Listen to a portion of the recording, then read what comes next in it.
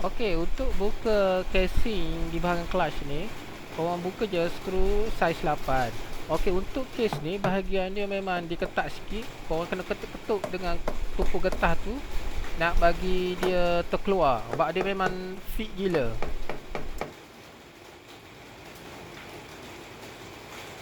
Okey, kat sini saya terlupa untuk buka skru bahagian cover oil filter. So untuk skru ni kita kena bukalah, barulah case tu boleh terkeluar.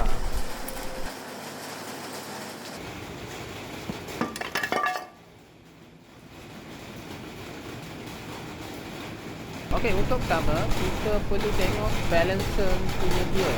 Kita longgarkan nut dia saiz 19. Pertama kita kena betulkan dia punya penahan tu menggunakan screwdriver mata lepeh yang cukup. Korang ketuk je dan kita baru boleh lepaskan nut saiz 19 tu.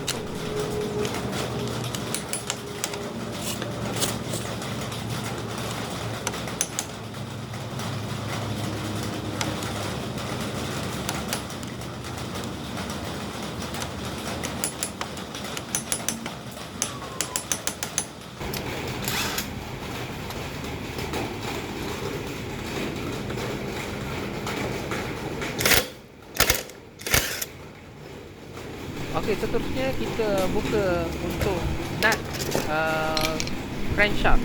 Okey, kita menggunakan saiz 19 dan kita pegang betul-betul dan skru itu akan terlepas. Okey, untuk nut clutch ni pula saiz 10, kita lepaskan keempat-empat skru itu. Okey, bila skru keempat ni dah kita buka, korang just tarik je clutch tu dan dalam tu akan ada satu skru pula. Korang buka yang situ. Okey, untuk rakaman ni dia hilang entah ke mana. Okey, untuk mungkin korang nak rujuk boleh tengok link video ni. Tapi dia tak ada apa pun. Just dalam tu ada skru satu je sendiri dan korang boleh tarik cabuk mangkuk clutch itu.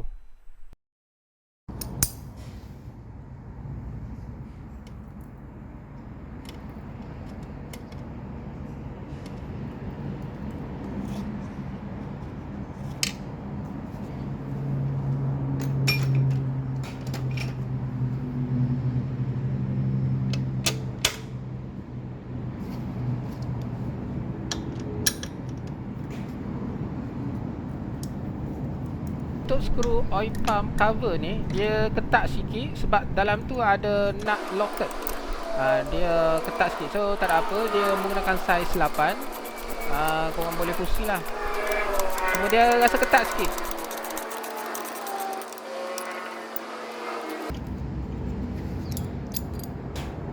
Okey, selepas tu kita perlu buka gigi gear untuk balancer. Okey, untuk gigi balancer ni dia macam susah sikit tapi ada cara dia. Korang perlukan screwdriver yang lepeh macam ni. Okey, korang masuk ke dari belakang tu. Korang gerakkan slow-slow sambil pusing gigi tu. Nanti dia akan tercabut. Kat dalam ni ada pin locket yang kecil ni. Korang simpan elok-elok lah. Dan juga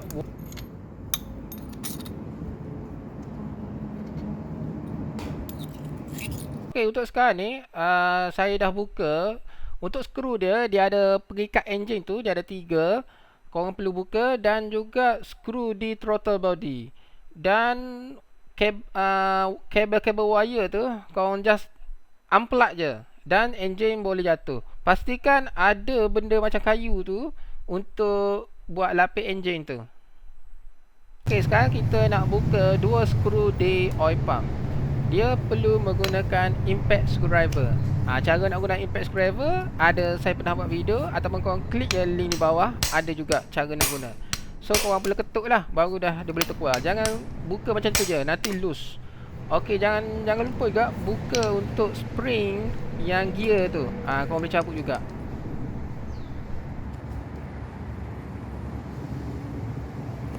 Yang sekarang ni, yang saya punya ni dia melekat pula dia punya mata tu. Jadi kena ketuk-ketuk sikit lah. Video part 2 dah selesai. Seterusnya kita pergi kepada video part 3 di mana kita akan buat buka bahagian top set.